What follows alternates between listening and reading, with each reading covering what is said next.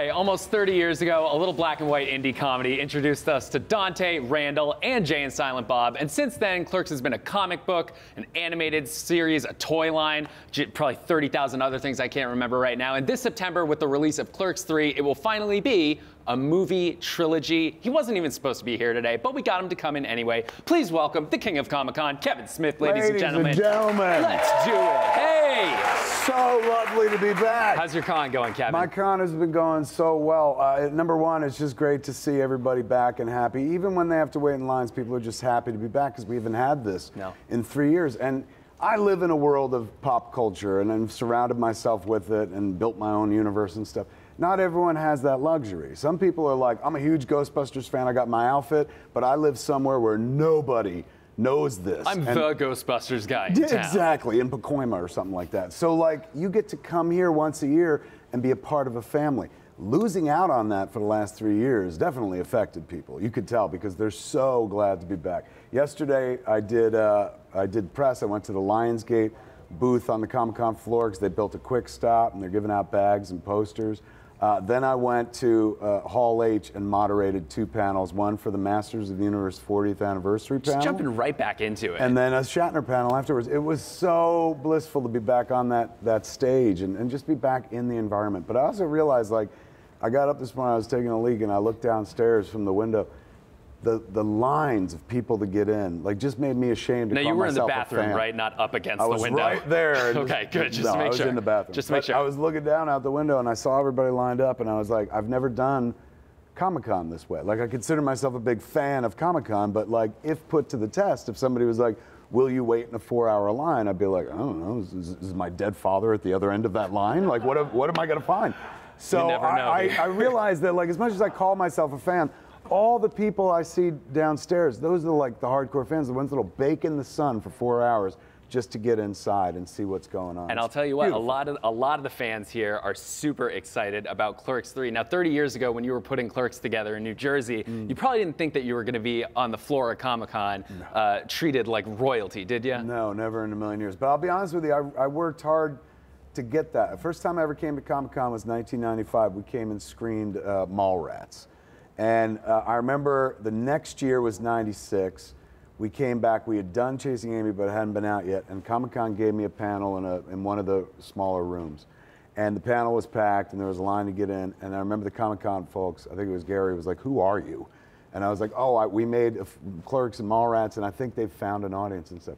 So ever since then, I've been coming back to the con and making myself, like, smearing myself like feces across Comic-Con. Just wanting to be there at all times, wanting to be associated with it. Lingering, the stench, yes. Ew, he was here. I modeled myself after one of my icons, Stan. Stan was the grand mayor of Comic-Con. And I love that. I love that wherever he went, people were like, Stan, Stan. And so I was like, that's an aim for me in this life. I always wanted to go to Comic-Con when I was a kid, but, like, you know, we're on the other side of the country in Jersey. Once I finally got here, I was like, I never want to stop coming. So I've been coming since 95. I missed, 1 year of my own accord and then the years because of COVID.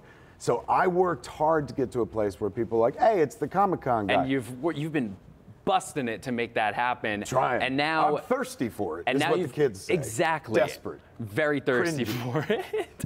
Now, Clerks and Clerks 2 speak to very specific times in your life. Yeah. Clerks 3 is sort of it feels like you're revisiting sort of where you're at right now in your life. You obviously had a very traumatic experience. You had that heart attack that you survived. How did that experience inform Clerks 3? Very easily. I'm not a very creative person. I just kind of crib from my own life, change names, and that's usually the stuff I write about. Clerks was literally my life. I worked at that convenience store.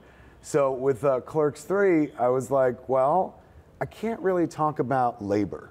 Like, there's this wonderful guy whose name always escapes me. I gotta memorize it.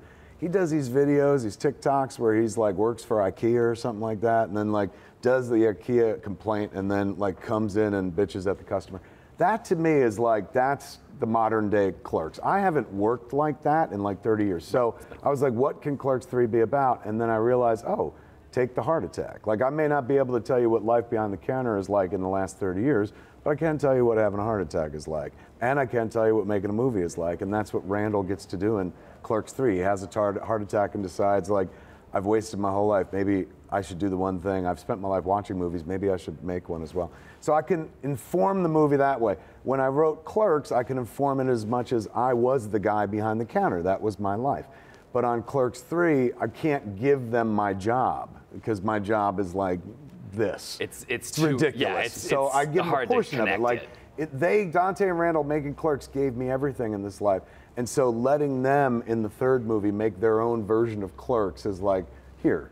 Yeah. Let's see how you guys do with it. Now, speaking of Dante and Randall, I'm so curious because if one thing in pop culture has changed between Clerks 2 and Clerks 3, it is the juggernaut that is the Marvel Cinematic Universe. Yes. Can you give us any previews as to what Dante and Randall feel about the MCU? There's love in every Kevin Smith movie. There's nothing but love for the MCU. So you'll hear a reference or two to that. Star Wars, of course, is big real estate for us.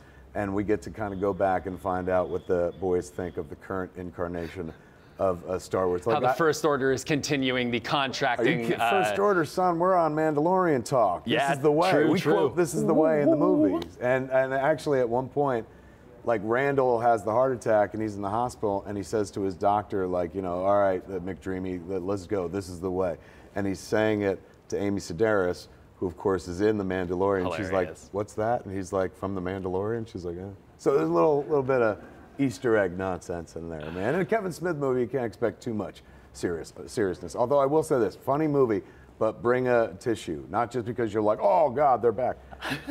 And you might be nutting yourself, but also because it's a very emotional experience, oddly enough. Even if you like fucking hate Kevin Smith, watching the movie is a weirdly emotional experience because you're watching these characters grow up. This is the third time you've seen them, and they're at that midlife point, essentially. So it wasn't the intended effect, but it has this very weird emotional payoff, the movie. So it's funny and emotional, and that's what I like to do. We can't wait to see it. We will bring tissues, I assure you. Yes. Kevin, thank you so much for joining us today. You can catch Clerks 3. Hey, yes, we met each other at a Red State Q&A like years and years ago. Yes, like a Red State Q&A. He actually went and bought a ticket. That's what Comic-Con's all about, making friends here. You can catch Clerks 3 everywhere on September 13th. Snoochie Boochies, by the way. But now, riddle me this, Kev. Who are we going to have on stage next? Here? Yeah. I don't know. I stumbled. Correct, the Riddler. I stumbled on Snoochie Boochies because I was like about to call my lawyer, being like, some guy just stole Snoochie Boochies on IGN. We'll settle that in civil court. Yeah, there's going to be a lawyer call. All right, we got a lot more coming from Comic-Con, so stick around.